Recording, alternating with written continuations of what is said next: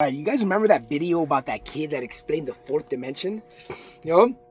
So, I'm gonna talk to you guys about the first and the second dimension, okay? We understand that the first and the second dimension are linear. You know? Like a straight line, it doesn't change course, it only goes straight. You know? Let's just say that'll be, 1 point. A single line. And then there's a second dimension, that adds an extra layer. So, let's think about the first dimension, all right? Let's hold ourselves present. One straight line. I am one-dimensional. So, if in a one dimension, you're essentially only headed in one direction, which means I'm just passing through. As humans, it would probably translate as I'm transcending and I'm here just to elevate myself, because the next level of myself is a higher level. So that's the first conscience, right? Or let's just say the first dimension.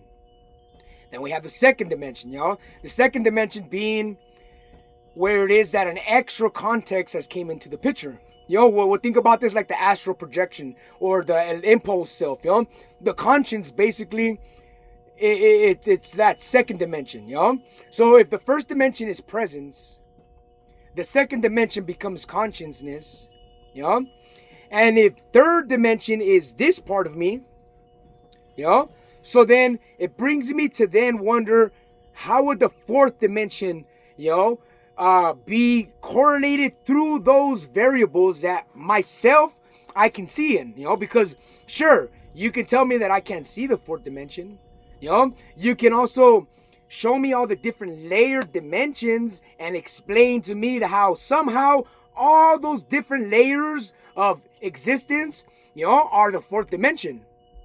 And if you can't tell me that way, then maybe you could tell me how passing through that distance, from, let's just say, this third dimensional to in-depth dimension, because that would be is that like a different variation of dimension? So where would it lead to say that we would find ourselves at least finding the doorway to a fourth dimension? Would it be a transformation that we would have to undergo? Or would it be some means for ourselves to be able to break this reality and show this person a four-dimension reality that his mind can't cope with?